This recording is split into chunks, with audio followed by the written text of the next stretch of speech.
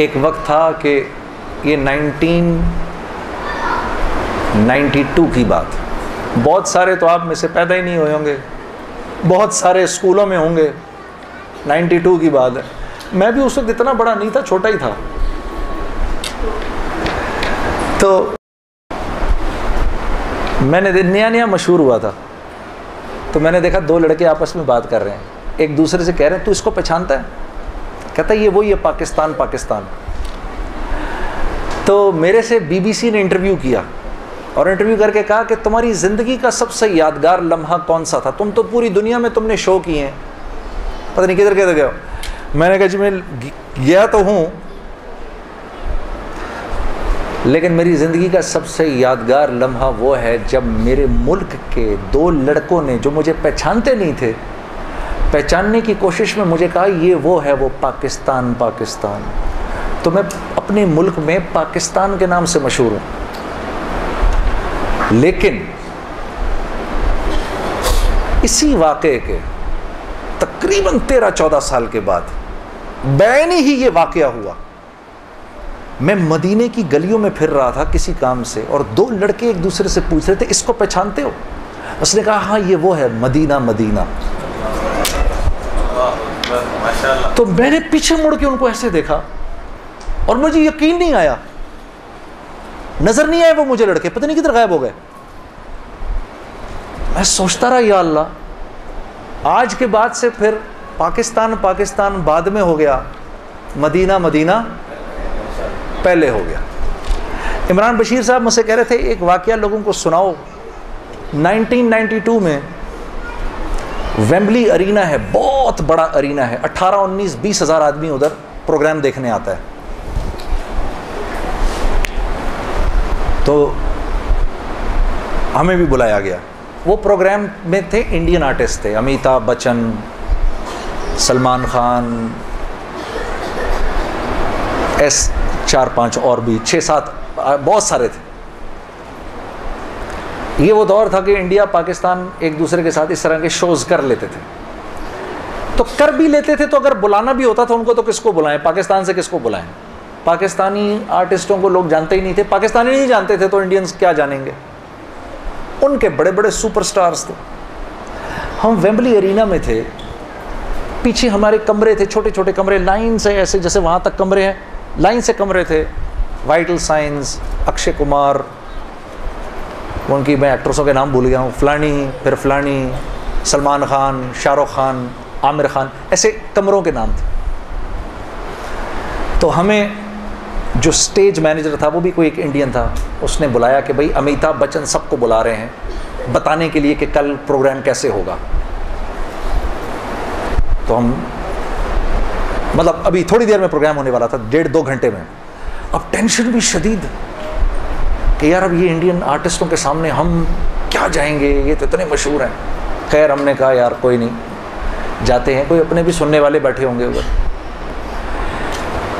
जब मैं गया हूँ ना, तो एक बड़ा सा डोर था, उसके ऊपर ऐसे लिखा हुआ था अमिताभ बच्चन डोर। तो जब वो डोर खुला ना, वो कमरा नहीं था, वो तो एक आला किस्म की स्वीट थी, बड़ी सी, 3 कमरों की, जैसे किसी होटल का भी क्या कमरा होगा, जो वो कमरा था अंदर से। खैर हम अंदर गए, हमारी मुलाकात हुई, उन्होंने समझाया फिर ये होगा, फिर वाइटल साइंस इस वक्त आएंगे, फिर तुम यूं करोगे, फिर मैं यूं करूंगा, फिर ये सब। हम वापस आ गए। जब हम बाहर निकलने लगे तो मेरे जहन में आया, क्या कभी ऐसा हो सकता है इस दरवाजे के बाहर लिखा हो वाइटल साइंस? एकदम मेरे दिमाग ने रिजेक्ट कर दिया कि यार कहाँ तुम और कहाँ ये। 2000 जब आई ना, सन 2000, तो बीबीसी ने दिल दिल पाकिस्तान को दुनिया का 3रा सबसे मशहूर गाना करार दिया। पता है आप लोगों को ये बात? शायद कुछ को पता हो, कुछ को ना पता हो।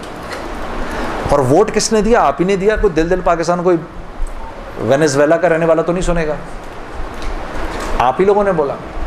उन्होंने कहा पूरी दुनिया में 10 मशहूर तरीन गाने, उसमें से 3रे नंबर पर दिल दिल पाकिस्तान है। तो मैंने उनसे पूछा पहले नंबर पे कौन है? उन्होंने कहा वो एक चाइना का एक फोक सॉन्ग है, तो सिंगर किधर है? उसने कहा सिंगर को तो मरे हुए 300 साल हो गए। और इंडिया का कौन सा है? इंडिया का ये है।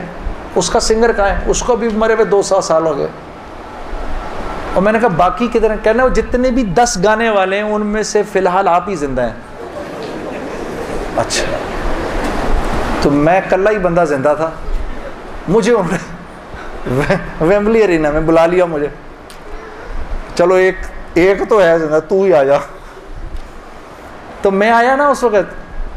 तो जब वो उनकी गार्ड वार्ड ले जाके मुझे लेकर किस कमरे में लेकर गए, जिस कमरे के बाहर 8 साल पहले क्या लिखा था और अब क्या लिखा था, जुनेद जमशेद। मैंने वो देखा कमरा, देखते ही मुझे एकदम 8 साल पीछे चला गया मैं। और मैं पहले बाहर खड़ा उसको देखता रहा। मैंने कहा या अल्लाह, ये तो तूने सोचो से भी पहले कर दिया। तबलीग में मैं लग चुका था, मेरे आखिरी दिन थे। आप लोगों से शेयर कर रहा हूँ। फिर मैं गया, मैंने जाके नमाज पढ़ी, उधर 2 रकात पढ़ी, शुक्र किया। मैंने कहा या अल्लाह, मुझे नहीं लगता इस कमरे में कभी किसी ने नमाज पढ़ी होगी। इसी बात को याद कर लें उस दिन, इसी बात पे छोड़ देना मुझे।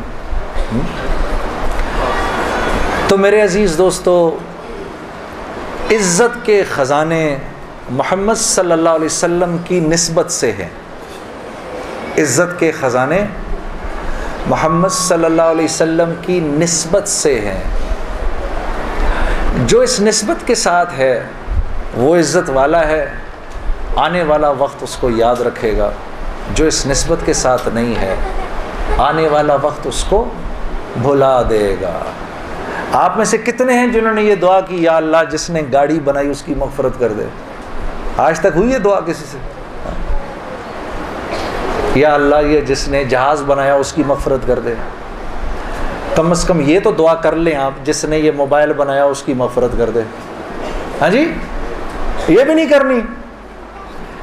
लेकिन हम कहते हैं वसल्लल्लाहु तआला अला खैर खल्क़िही मुहम्मदिन व आलिही व अस्हाबिही